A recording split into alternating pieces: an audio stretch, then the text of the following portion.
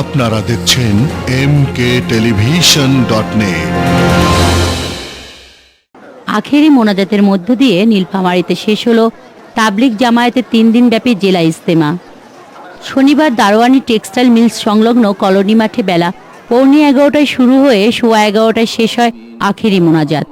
মোনাজাত পরিচালনা করেন রাজধানীর কাকরাইল মসজিদের আহলে সূরা মাওলানা মোশাররফ হোসেন।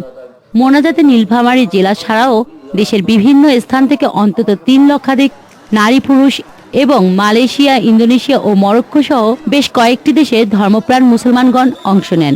উল্লেখ্য যে 16 ফেব্রুয়ারি ফজরের নামাজের পর শুরু হয় এই ইজতেমা।